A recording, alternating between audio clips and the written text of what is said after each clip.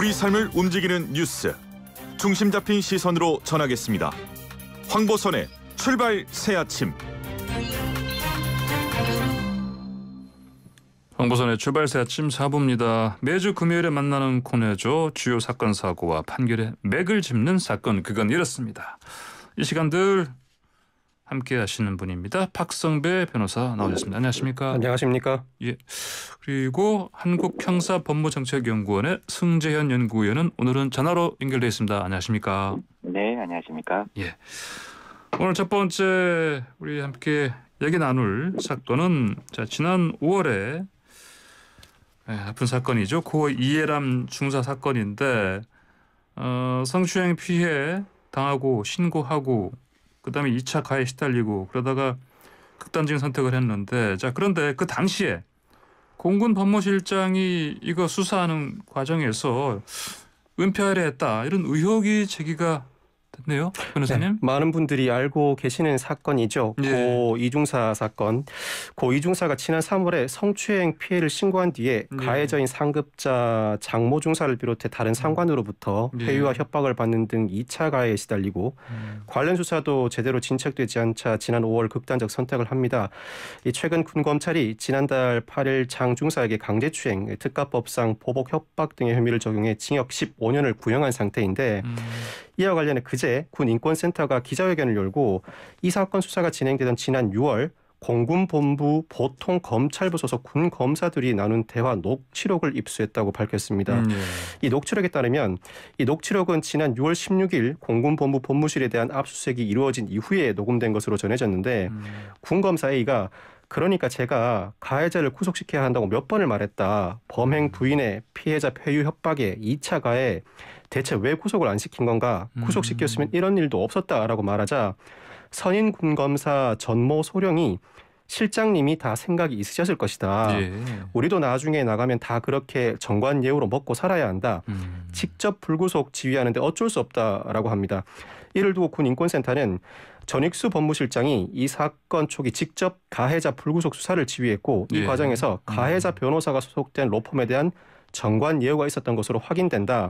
이 로펌에는 그 해군 본부 법무실장 출신으로 전 실장과 군 법무관 동기이고 대학 선후배 관계인 김모 예비역 대령이 파트너 변호사로 있다고 주장을 했습니다. 예. 아울러 인권센터는 이 공군본부 법무실이 고등 군사법원 소속 군무원과 결탁해서 이 사건 관련 압수수색 등에 대비하고 증거를 인멸한 정황도 있다고 밝혔는데, 이 녹취록에 또 군검사 B씨가 지금 압수수색까지 들어오고 난리가 났는데 어떡하냐, 이러다 우리도 다 끌려가서 조사받는다라고 하자 전모 소령이 어차피 양 땡땡 계장이 다 알려줬고 다 대비해놨는데 뭐가 문제이란가라고 반문을 합니다. 인권센터 주장에 따르면 이 양모 계장은 고등군사법원 재판연구부 소속 군무원으로 압수수색 사실을 미리 알려서 공무상 비밀 누설 혐의로 입건됐지만 증거 불충분으로 불구속된 상황입니다. 그동안 전 실장은 이 사건 수사를 직접 지휘한 적이 없다고 주장해 왔습니다. 국방부 검찰단 조사에서 3월 8일에 참고 보고를 받은 것 외에는 관련 보고를 받은 적이 없고 그 참고 보고도 유심히 살펴보지 않아서 사건 자체를 인지하지 못하고 있었다고 진술했고, 개별 부대에서 진행하는 사건은 특별한 도움 요청이 없을 시에 일일이 포괄적으로 지휘하지 않는다고 진술했습니다. 지난 국회 법제사법위원회 군사법원 국정감사에서도 비슷한 취지로 진술했는데, 이 녹취록은 그동안의 전 실장의 주장과 배치되는 내용이라고 할 수 있습니다.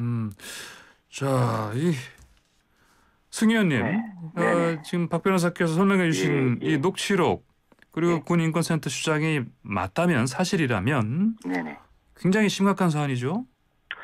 맞습니다. 사실 그런데 지금 당사자들은 거의 그 완벽하게 자기가 한 일이 아니라, 그리고 그런 일이 없다라고 적극적으로 좀 부인하는 상황이고, 사실 오늘 제가 임태훈 소장하고 잠깐 만날 일이 있는데 그 안에 있는 녹취록이 좀 구체적으로 어떤 내용인지 다시 한번 좀 물어서 확인을 조금 하고, 혹시 가능하다면 다음 주라도 제가 또 말씀을 한번 더 드리겠는데요.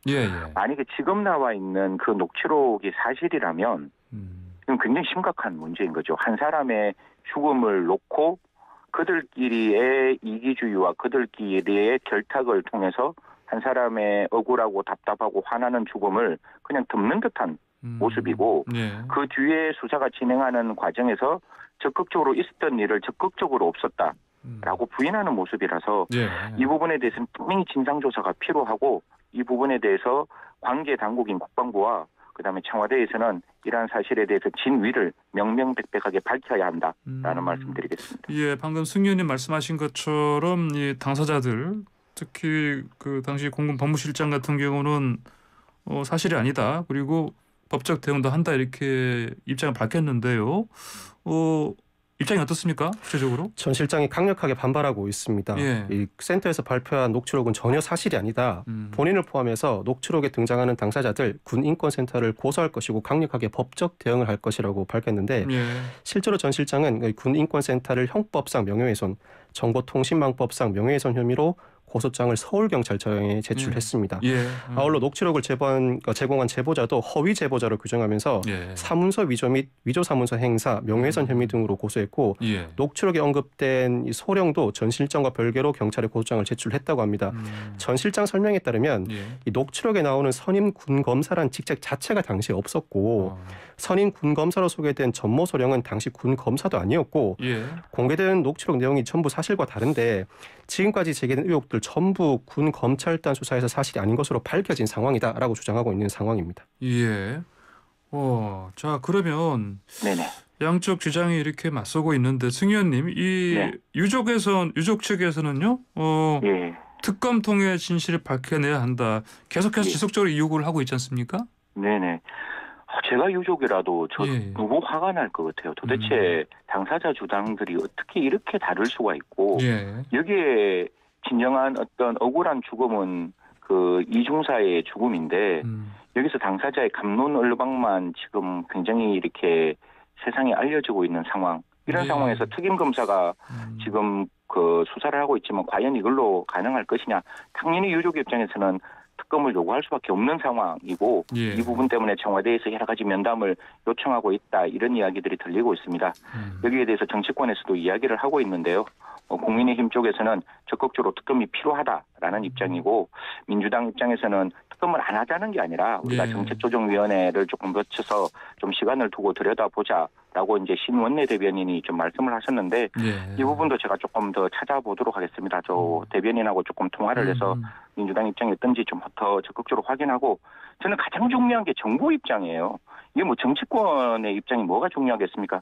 당사자인 국방부의 그 의견이 가장 중요하고 국방부의 예. 의지가 중요한데 국방부 대변인 아직까지 진상조사가 좀 필요하다. 당사자의 주장들이 전혀 반대 방향으로 이야기를 하고 있고 적극적으로 부인하고 있다. 사실 지금 녹취록만 나왔는 거잖아요. 예. 음성 파일이나 이런 것들이 직접 나오지 않는 상황.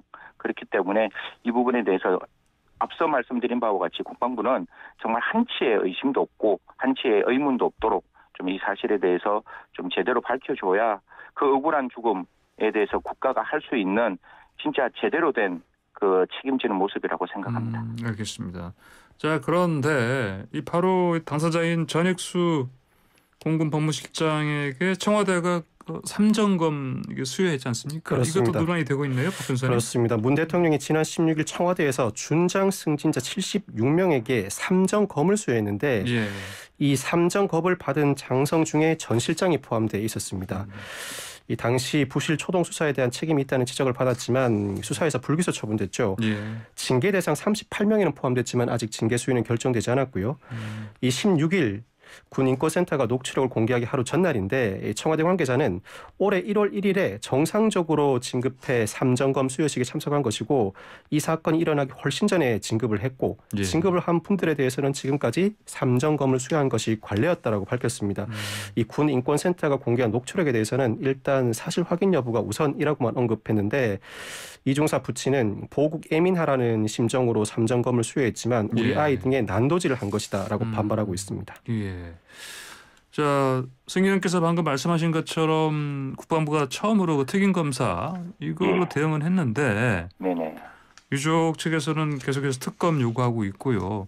네. 자, 이 녹취록만 봐서는 아니 사실이라면 정말 심각한 사안인데 네네네. 군 사법 시스템 이 근본적인 한계 지적이 많지 않습니까, 승 의원? 저도 뭐 한 3, 4년 전부터 예. 좀 이렇게 군 수사 그다음에 예. 군 재판에 대해서 좀 개선이 필요하고 여기에 외부적으로 조금 군의 그 재판을 들여다볼 수 있는 예. 민간이나 아니면 외부의 어떤 그 모니터링 시스템이 좀 있어야 된다고 그렇게 이야기를 했음에도 불구하고 아직까지 여전히 군은 군의 내부의 일을 군 내부에서 수사하고 군 내부에서 재판하는 어떻게 보면 외부에서는 조금 죄송한 말씀인데 깜깜이 수사와 깜깜이 재판이 이루어지고 또 재판에서는 사실 우리 헌법에서는 그 법률에서 판사로 임명된 사람에 의한 재판 청구권을 인정하고 있지만 군은 조금 다른 모습들이 좀 보이고 있어요.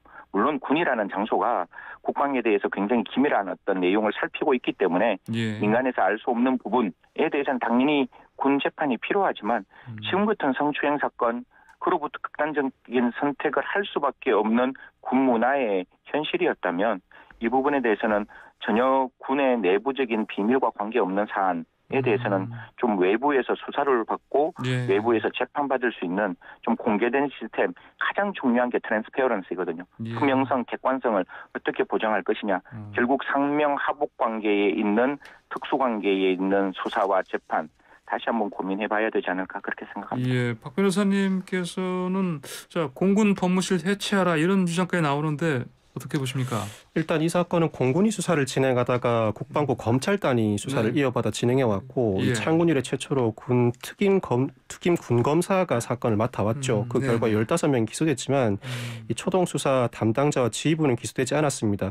그 이유는 직무유기죄 입증이 쉽지가 않기 때문이에요. 직무유기죄는 어떠한 일을 수행할 의무가 있음에도 의식적으로 일을 놓아야 하는데 이 법리적으로 보고를 받았다고 해서 관련 조치를 취할 의무가 있는지 밝혀내는 게 쉽지 않거든요. 그 이유 때문에 대다수가 불기소된 것 같아 보이는데 이 녹취록이 사실이라면 의도적인 불구속 수사 지휘 거기다 압수수색 정보를 입수하고 증거를 인멸한 적극적인 행위가 있었기 때문에 입증과 처벌이 상당히 용이해집니다. 사실이라는 전제하에서는.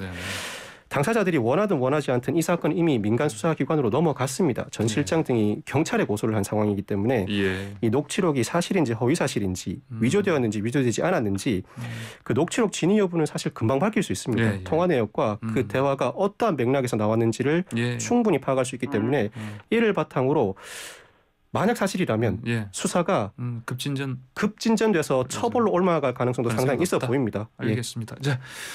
자, 다른 사건 하나 보시죠. 그 층간소음 때문에 흉기 난동 이게 벌어졌는데 현장에서 경찰의 그 대응, 소극적 대응이 좀 논란이 되고 있습니다. 이거 간단하게 개요 좀 설명 좀 해주시죠, 박 변호사님. 지난 15일 오후 12시 50분경에 인천 남동구 한 빌라에서 A 씨가 소란을 피운다는 신고가 접수되었는데 당시 신고자는 A 씨 아래층에 사는 B 씨였습니다. 이 충동한 경찰이 A 씨를 경범죄처벌법상 불안간 조성 혐의로 조사한 뒤에 추후 경찰에 출석하라고 통보를 했습니다. 각각 4층, 3층에 살던 두 사람 층간소음 문제로 사이가 좋지 않았다고 합니다. 그런데 몇 시간 뒤에 다시 신고가 접수되는데 아래층에 사는 B 씨가 A 씨가 다시 찾아와서는 문을 두드리고 치고 갔다. 아직도 발소리가 들린다는 취지였습니다. 발로 차고 갔다. 그렇습니다. 현장에 남성 경찰관 1명, 여성 경찰관 1명이 출동을 했습니다. 출동 당시에 남자 경찰은 3단봉과 권총을 소지했고 여자 경찰은 3단봉과 테이저건을 갖추고 있었습니다. 경찰은 A 씨를 4층 자택으로 돌려보내고 남성 경찰은 B 씨와 함께 빌라 1층으로 내려갑니다. A 씨와 B 씨를 분리해 조사하기 위함이라고 합니다. 그 과정에서 여성 경찰은 3층에 남아서 B 씨 부인과 딸로부터 피해 사실을 전해 듣고 있었는데 갑자기 A 씨가 3층으로 내려오더니 뒤에서 여경을 밀치고 B 씨 아내를 향해 흉기를 휘두릅니다. 이 여경은 무전기를 들고 지원 요청을 하면서 남자 경찰을 부르기 위해 1층으로 내려갔고요. 같은 시간 빌라 1층 외부에 있던 B 씨는 소란이 일자 3층 자신의 집으로 급히 뛰어 올라갑니다. 이 남자 경찰은 공동 현관문이 닫히는 바람에 그 과정에서 바로 뒤따르지는 못했다고 하고 경찰이 3층에 가봤을 때 B 씨가 A 씨를 맡고 있었고요. 경찰은 현장에서 A 씨를 살인 미수 및 특수상해 혐의로 체포했고 목 부위에 중상을 입은 B 씨는 아직 병원에서 치료를 받고 있는 것으로 알려지고 있습니다. 알겠습니다. 자, 이 상황 승 의원님 전반적으로 자, 경찰의 대응에 문제가 많다는 지적이 있는데 어떻게 보시는지요? 처음부터 끝까지 다 이상하죠. 이게 이거 남녀의 경찰의 문제가 아니라 왜 이렇게밖에 못했을까? 이게 도대체 국민의 생명을 지킨다는 경찰의 모습일까라는 굉장히 큰 불편함이 존재를 하는 거예요. 사실 제가 좀 지적하고 싶은 한 두 가지 대목은 이게 층간소음이 발생했을 때 굉장히 이렇게 흥분되어 있고 굉장히 이렇게 적극적으로 공격적 의사를 보인 사람은 4층 사람이에요. 그렇죠. 그러면 4층 사람이 어떻게 다른 어떤 그 행동을 할지를 지켜보기 위해서 또 이 사람을 진정시키기 위해서 4층 사람에게 경찰이 올라가 있어야지 왜 그 피해자들과 그 아버지인 남편을 분리시켰는지 그리고 왜 분리시키고 난 다음에 왜 1층까지 내려갔는지 아니 집에 문 닫고 안에서 물어보면 안 되는가? 라는 생각. 두 번째는 밀치고 갔다잖아요. 그러면 공격하는 순간이면 아니 대한민국 공권력 왜 이렇게 약한지 모르겠어요. 이게 피의자 인권은 우리가 절차상에서 피의자에게 과잉적인 불법적인 행동을 하지 말라는 거지 현재 지금 시민의 생명을 경찰 스스로 살인이라고 이야기를 하잖아요. 그러면 살인사건이 일어나는 현장에서 자기가 갖고 있는 테이저건, 자기가 갖고 있는 3단봉은 도대체 언제 쓸런지 아니 국민의 생명이 지금 흉기로 그러니까 빼앗기는 현장의 모습인데 그 순간에 국가 공권력은 공백을 만들었다. 저는 뭐 이거는 국가 공권력이 반드시 지켜야 할 국민의 생명과 안전을 순간적으로 아무도 도움을 받을 수 없는 황당한 상황으로 만들어내는 게 아닌가. 이 부분에 대해서는 반드시 경찰은 진짜 엄중하게 과연 경찰의 존재의의가 무엇인지 제가 힘들 때 제가 위험할 때 경찰에 신고할 때 과연 제가 경찰을 믿을 수 있을지 모든 국민이 여기에 대해서 의문점을 나타낼 수밖에 없다라는 말씀드리겠습니다. 뭐 경찰에서는 사과 입장 밝혔고요. 감찰 착수한다고 하는데 박 변호사님은 특히 이 후배들 경찰 아닙니까? 어떠십니까? 눈앞에서 강력 범죄가 벌어지고 있는데 아무런 조치 없이 현장을 이탈했다는 건 어떤 변명으로도 설명하기 어려워 보입니다. 테이저건을 적절하게 사용해야 하고 무전으로 지원 요청을 하면 되지 현장을 이탈해서는 안 되죠. 사실은 그렇죠. 지구대 파출소 인력이 경찰서 전체 인력의 절반입니다. 그만큼 지구대 파출소의 현장 초동 조치가 중요하다는 의미인데 이 지구대 파출소 경찰관에게는 평소에 위험 근무 수당과 출동 업무 수당도 지급됩니다. 위험 수당이 있죠. 업무를 진행하는 과정에서 위험에 맞닥뜨릴 상황이 충분히 발생할 수 있음을 예견해 두고 있는 것이거든요. 물론 대부분 신고를 받고 현장에 출동하면 현장에서 종결되거나 사건으로 이어지지 않는 사건들이 많습니다. 그렇다고 하더라도 돌발적인 사태는 언제나 대비를 해야죠. 1년에 한두 차례 사격 훈련을 하는데 의례적인 통과 의례가 아니라 언제나 내가 실제로 테이저건이나 권총을 사용할 수 있다는 상황을 머릿속에 그려놓고 대비를 하고 있어야 됩니다. 한 번도 그런 상황을 염두에 두고 아마도, 생각해보지 않았던 게 아닌가. 그러니까 실제로 이런 상황이 발생하니까 감히 테이저건에 손을 댈 생각을 못했던 게 아닌가 싶은 생각이 들고요. 이 경찰이 안정적이고 예전에 비해서 급여도 높아져서 많은 사람들이 선호하는 직업이다. 이 수준에 머물러서는 안 됩니다. 경찰은 상당히 사명감이 필요한 직업입니다. 주간 근무와 야간 근무가 반복해서 이루어지다 보니까 몸도 많이 피곤하겠지만 기본적인 순찰과 신고 시에 기민하게 대응하는 합리적인 판단과 적극적인 조치가 필요합니다. 여경의 문제가 아니고요. 한 경찰관의 문제라고 보는 것이 더 합당해 보이는데 내 외부의 여경에 대한 우려가 불식될 수 있도록 적극적인 조치까지는 아니어도 적절한 조치는 반드시 필요합니다. 현장에서의 조치는 경찰의 기본적인 의무라고 할 수 있습니다. 알겠습니다. 승 의원님까지 말씀을 듣고 싶은데요. 지금 어느덧 마칠 시간이 돼서 다음에 또 더 얘기 듣도록 하겠습니다. 오늘 두 분 말씀 여기까지 듣겠습니다. 고맙습니다. 감사합니다. 감사합니다. 지금까지 박성배 변호사 그리고 승재현 의원과 함께했습니다.